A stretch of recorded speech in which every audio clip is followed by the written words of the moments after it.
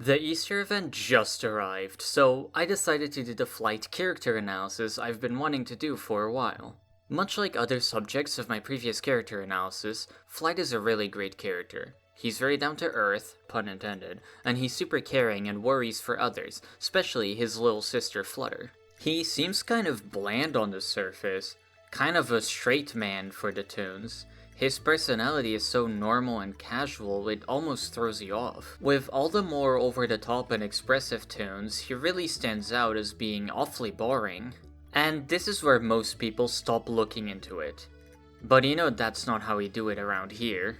Hello, and welcome back to my character analysis series, a series where I shine a light on the more underappreciated tunes in the fandom, in hopes that more people will grow to appreciate them. Today is Flyte's time to shine. Flyte is my favorite Easter tune. He's a surprisingly deep character with a lot to talk about, so let's not waste time and let's get right into the meat of it. Flyte is Flutter's older brother and one of the 12 holiday characters in Dandy's world. He's specifically part of the Easter set of holiday tunes, which means he has a connection of Bassie, Coco, and Exen. Bassie mentions he likes to scrapbook to preserve memories, which is similar to how Bassie likes to press flowers before they wilt. I like to collect pressed flowers. It preserves the beauty of flowers before they wilt away. Flyte understands. Moments where we sit down, just him and me, I often show him my collection. He likes to scrapbook to preserve memories. You could imagine what fun we have together with our hobbies.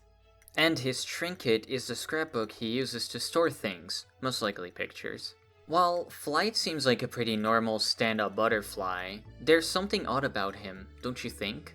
The first thing people noticed when he first came out was how he chooses to walk instead of fly like his sister. Flutter even has an interaction of Flyte about his lack of wing use. Hey lil sis, ever think about giving those wings a break? Oh, don't tell me that. I use my wings plenty.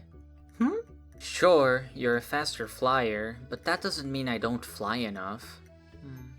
Flyte claims here that he uses his wings plenty, but he definitely doesn't. The only time we see him lift off the ground is during his ability, and even so, he barely even hovers. It's basically just a jump. Twisted Coco gets more airtime than him. He's getting mocked by a freaking rabbit. I guess that's something he and Bassie have in common, but still. So, he doesn't fly.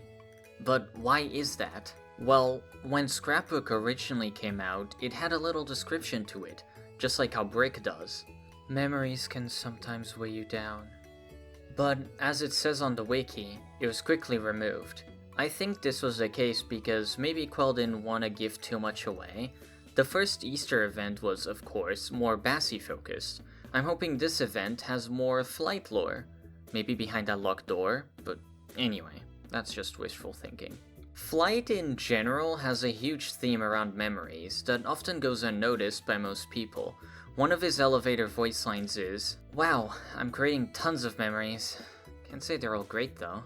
The scrapbook, mixed with Flyte's theme around memories, definitely implies one thing. Flyte refuses or is unable to fly due to memories weighing him down. It's very clear. So, what are these memories? Well, we don't really know for sure yet. But we can make theories.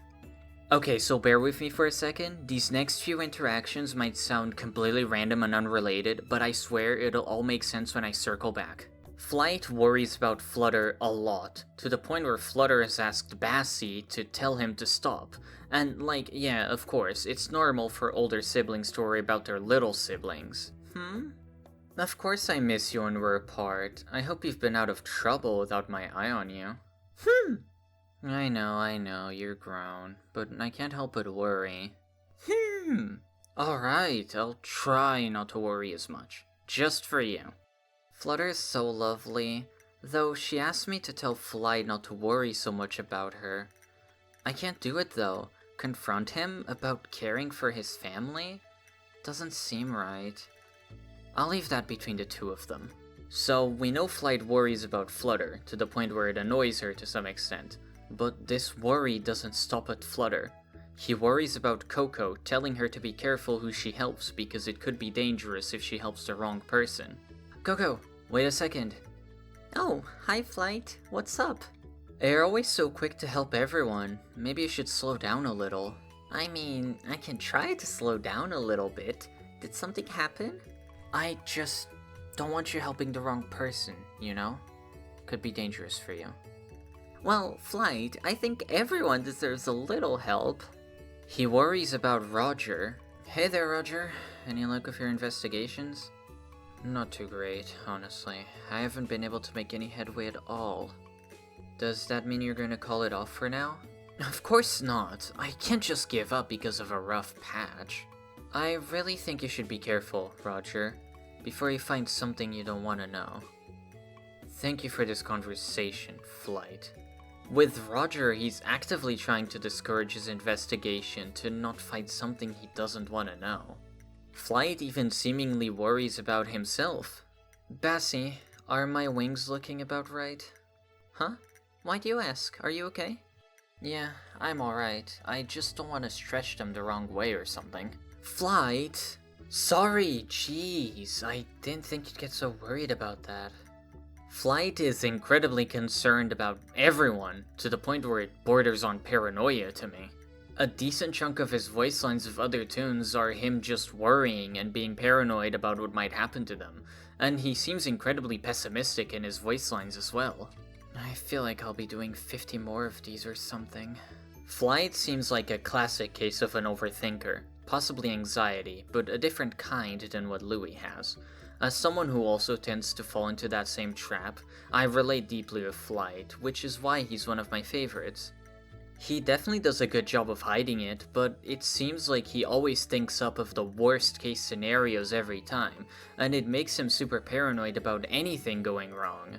That might also be why he scrapbooks. Keeping memories might be a way to comfort himself, because he can always look back at his good moments as long as no one messes with his book. I'm looking at you, Squirm! But still, that doesn't answer what the memories weighing him down are, and well, aside from theorizing, we can't tell. We just know it's something that's bothering him, and which likely left him with some trauma that he's struggling to process. I'll leave you with my take on what the memory weighing him down is. I think Flyte suffered an accident while flying. Like, he used to fly more, but maybe one time he lost control and fell, really hurting himself and most likely also hurting his wings.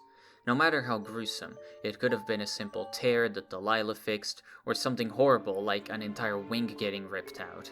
No matter what it was specifically, that event left him hurt, not just physically, but mentally. Every time he tries to fly now, the memory of when he lost control in the air flashes in his mind, and he can't bring himself to go further than a few inches off the ground. And as traumatic events like these usually do, it left him paranoid. What if things went wrong for his friends? What if he hurt his wings again?